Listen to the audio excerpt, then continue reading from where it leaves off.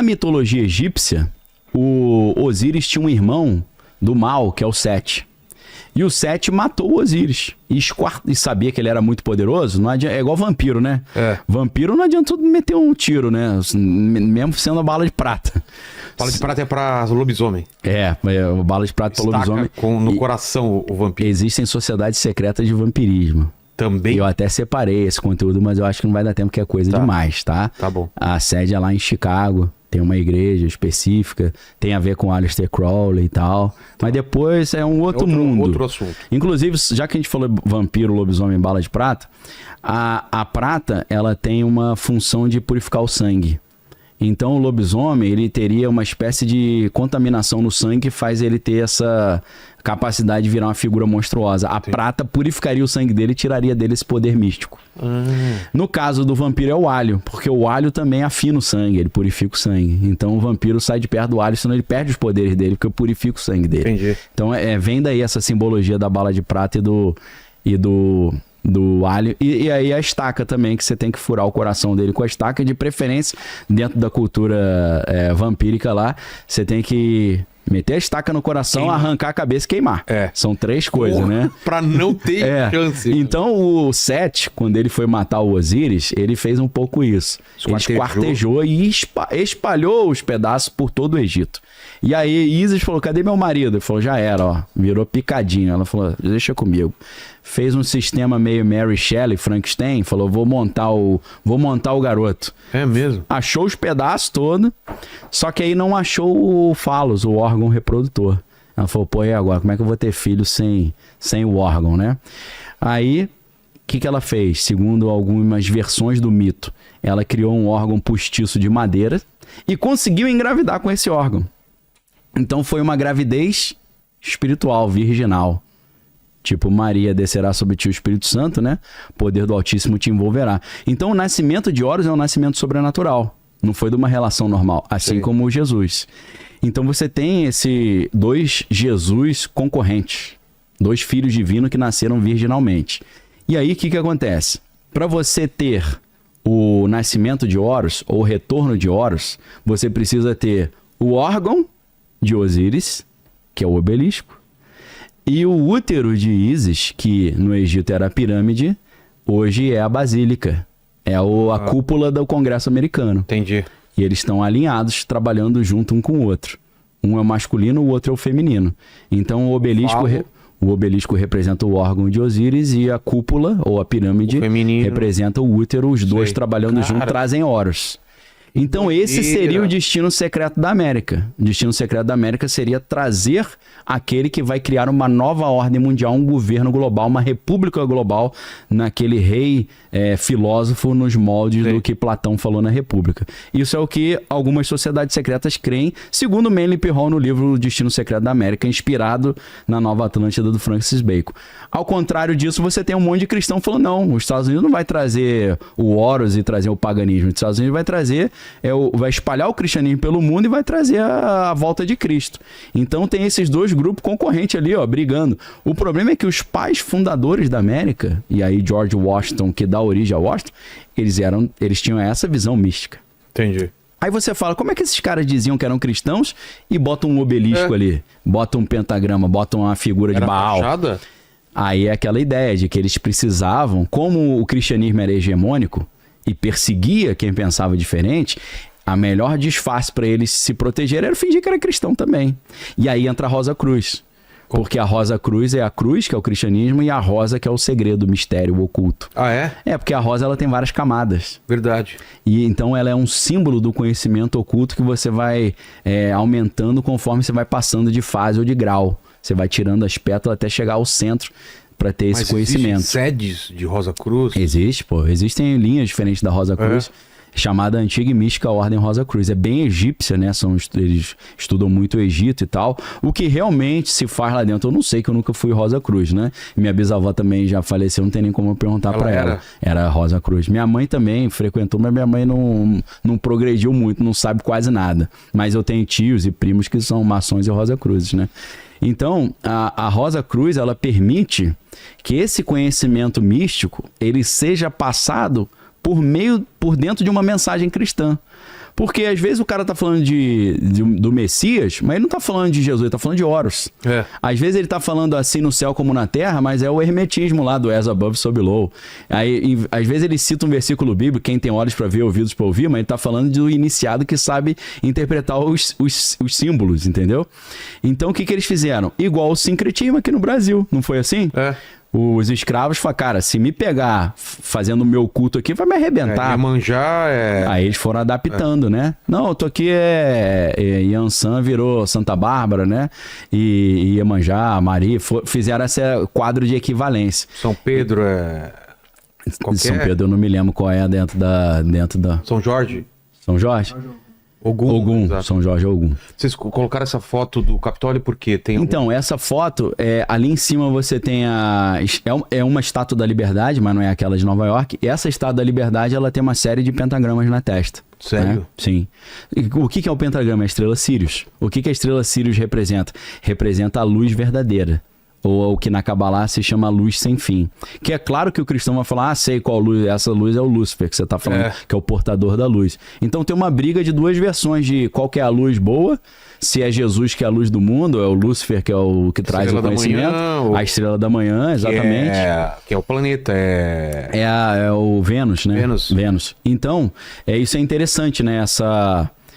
Quando você vê o Cristo e o Lúcifer na Bíblia, eles compartilham muitos títulos iguais, né? Por exemplo, você fala assim, serpente. A serpente é o diabo, porque na Bíblia fala o diabo, a antiga serpente, ou a serpente do jardim do Éden. Mas Jesus fala, sejam simples como as pombas e prudentes como a serpente. Jesus também fala que tem uma serpente que é legal você se inspirar. Não manda construir uma serpente no deserto? Manda construir a serpente. Eu não entendo direito. Aquilo ali é interessante pra caramba. Por quê? Idolatria, não é? Não é. Essa história é show de bola. Obrigado por ter... Sai muito do assunto ou não? Não, tem tudo a ver. Porque a gente está comparando... Porque o que eu estou mostrando? Tem duas versões de Jesus, tem duas versões da serpente, tem duas versões da estrela da manhã, tem duas versões do Cordeiro de Deus que tira o pecado do mundo. A interpretação do primeiro do Cavaleiro de Apocalipse tem duas leituras, que é o Anticristo ou seria Jesus, do cavalo branco. Exato. Não, o branco é o quê? A paz. Só que é uma falsa paz, segundo o cristão, entendeu? Que apareceu lá nas Olimpíadas, lá apareceu um cavalo que deixou a galera grilada, né? Acha essa imagem.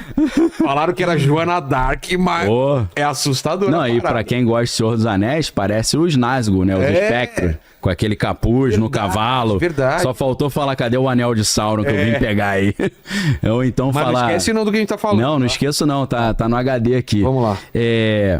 O povo tava falando da serpente de bronze. O povo tava no deserto e eles começaram a ser atacados por serpente. Porque tava em pecado aí, né? Deram brecha, o inimigo começou a bagunçar. Aí eles falam, ô Moisés... aí o cavalo aí, né? O cavalo não é todo branco. Tem outros cavalos. Esse é o cavalo que andou sobre as águas, mas tem outro. Que tá com uma asa atrás, né? Tem uma asa. Tem um que tem asa e ele tá carregando a bandeira das Olimpíadas dobrada. Vê se com capuz, assim. Esse aparece o rosto. Esse é outro cavalo. Mas é interessante também. Então eles foram reclamar com Moisés. Moisés, as serpentes estão matando a gente aqui, as víboras. Ajuda aí. Aí ele falou, só um minutinho. Pegou uma cruz, mandaram eles fabricar uma serpente de bronze e botou a serpente na cruz e falou, se for picado, só vinha olhar aqui que é curado. Aí o cara falou, mas é melhor que soro antiofídico, né? Mais fácil, né? Aí, o que os cristãos interpretam disso? Satanás derrotado na cruz do Calvário quando Cristo morre e ressuscita. Um prenúncio. Isso foi 1.200 anos antes de Cristo. Mas o que Moisés teria feito? Mostrado que na cruz a serpente seria derrotada. Aquela mesma serpente lá do Gênesis, que a galera já conhecia, né? Que o filho da mulher destruiria os filhos da serpente, pisando na cabeça. Então, o que acontece? Era só para olhar para aquela imagem. Aí a Bíblia diz que depois que eles se estabeleceram na Terra Prometida, essa serpente ficou guardada. E os caras começaram a idolatrar e prestar culto a essa serpente e deram o nome para ela de Nehushtan, que é a serpente de bronze. E os caras começavam a fazer cultos, agradecer. Aí Deus mandou destruir. Falou, não é para cultuar, é só para olhar, então destrói. Então essa história é interessante pra caramba, porque é uma imagem, mas quando ela passou a ser idolatrada, Deus mandou destruir, entendeu? Entendi. Eu não sei se agora você quer falar do olho que tudo vê, que tem todas essas imagens. Tem tudo a ver. Que porque tá... aquele olho dentro do triângulo, né? E você vê que aquele olho ele tem uma luz atrás dele. Né? Essa luz, muitos vão dizer que é a luz da estrela Sirius, que está iluminando ele. Você acha essa imagem também do... A gente tem aí do selo, dólar, né? Do selo americano na nota de $1, né?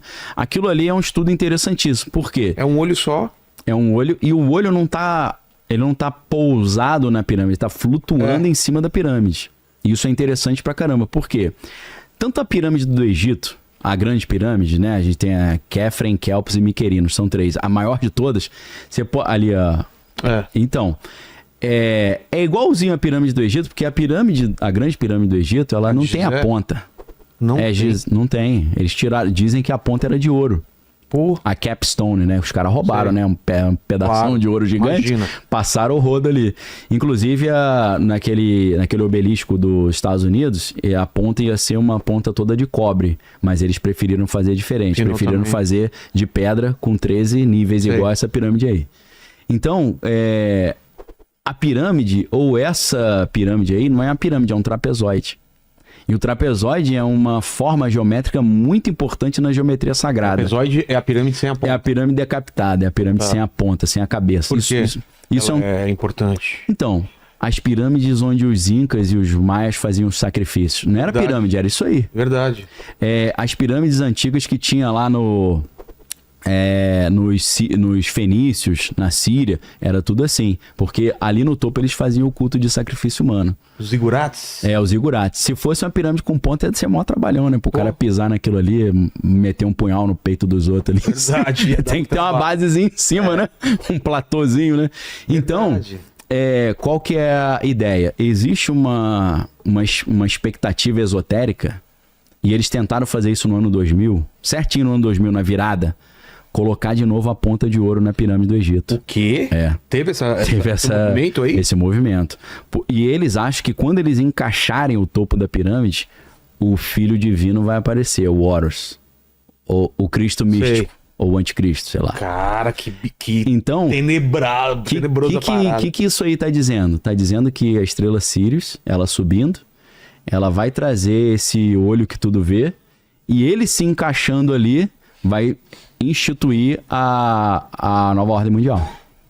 Esse Horus ressurreto vai trazer a nova ordem mundial à tona.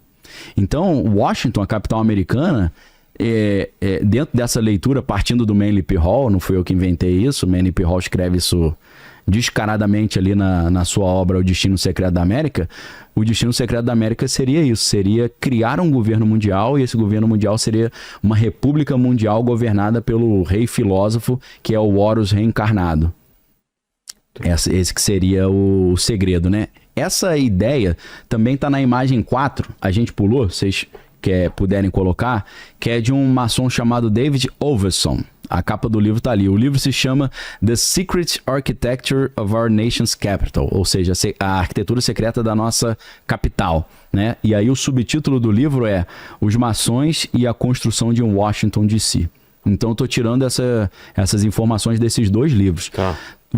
Tanto o obelisco, ele está alinhado com a ascensão da estrela Sirius. A estrela Sirius sobe exatamente alinhado com o obelisco, alinhado com a Casa Branca, alinhado com o Congresso norte-americano. Então, o destino secreto da América seria isso. É como se o que a gente tentou fazer aqui é você olhar uma obra de uma sociedade secreta, que é a capital de Washington, é uma obra escrita na pedra, ou feita com pedras, e tentar interpretar qual é a mensagem. A mensagem seria essa. Essa nação tem um destino... Até os americanos têm o conceito do destino manifesto. O que é o destino manifesto? É uma consciência nacional americana de que eles foram escolhidos por Deus para serem os xerifes do planeta Terra. Por que você acha que os Estados Unidos sempre quer dominar o mundo, tem base no mundo todo? Faz parte desse destino que foi colocado sobre eles. Os cristãos acham que foi um destino colocado pelo Deus da Bíblia para espalhar o evangelho e trazer Jesus para sua segunda vinda. Os esotéricos acham que é para superar o cristianismo, trazendo a cultura de Horus de volta. Aí entra o Aleister Crowley. O Crowley tinha essa visão, ele pensava isso.